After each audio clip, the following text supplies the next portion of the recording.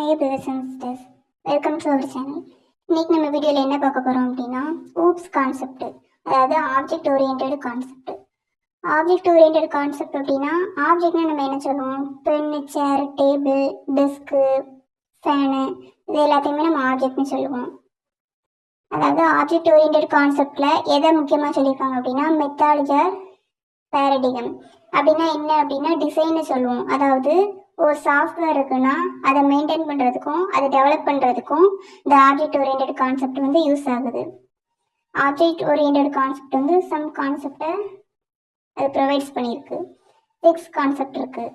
அது என்னென்ன அப்படின்னா abstractions, encapsulations, inheritance, polymorphism, dynamic binding, message passing.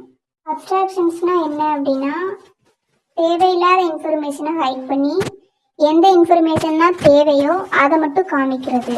அதாவது எக்ஸாம்பிளுக்கு வந்து ஒரு கார் இருக்குது அப்படின்னா அதோட இன்ஜின் ஒர்க் அது எப்படிலாம் அது ஒர்க் ஆகுது அப்படிங்கிறது நமக்கு தெரியாது, அது உள்ளே தான் ஒர்க் ஆகும். அப்படிங்கிறத அது ஹைட் பண்ணி வச்சுருக்கு. இன்ஜின் ஒர்க் வந்து அது ஹைட் பண்ணி வச்சுருக்கு.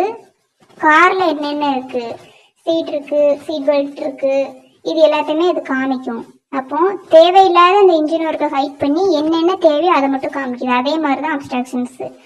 தேவையில்லாத இன்ஃபர்மேஷனை ஹைட் பண்ணி வச்சு என்னென்ன இன்ஃபர்மேஷன் தேவையோ அதை மட்டும் நமக்கு காமிக்கும். அதுதான் அப்ஸ்ட்ராக்ஷன்ஸ். அடுத்தது என்கேப்சுலேஷன்ஸ். என்கேப்சுலேஷன்ஸ்னால் என்ன அப்படின்னா ஒரு செட் ஆஃப் டேட்டா, ஒரு குரூப் ஆஃப் டேட்டாவை சிங்கிள் யூனிட்டில் கன்வெர்ட் பண்ணி கொடுக்கும். அதுதான் என்கேப்சுலேஷன்ஸ்னு சொல்லுவோம். இது வந்து எதுக்கு ஹெல்ப் ஆகுது அப்படின்னா ஒரு டேட்டா இருக்குது அப்படின்னா அது சேஃப் மேனரில் ஹேண்டில் பண்ணும். அதால் எந்த இஷ்யூஸும் ஏற்படாமல் சேஃப் மேனரில் அது வந்து ஹேண்டில் பண்ணும். அதுதான் என்கேப்சுலேஷன்ஸ்னு சொல்லுவோம்.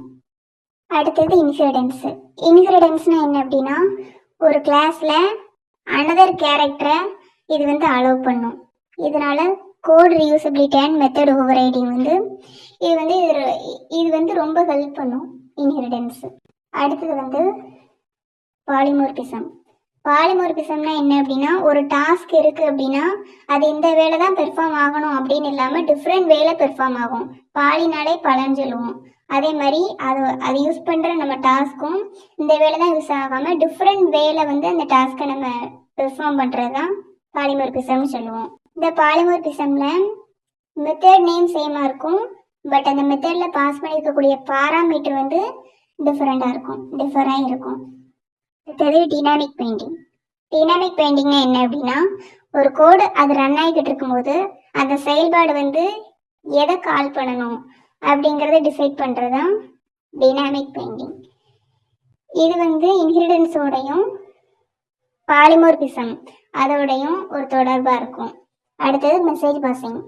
மெசேஜ் பாசிங்னா என்ன அப்படின்னா ஒரு ஆப்ஜெக்ட் இருக்குது, இன்னொரு ஆப்ஜெக்ட் இருக்குது. இந்த 2 ஆப்ஜெக்டும் கம்யூனிகேட் பண்ணி தேவையான இன்ஃபர்மேஷனை ஷேர் பண்ணிக்கிறது. ஷேர் பண்ணி அது மூலமாக ஒரு வேலை நடக்கும்.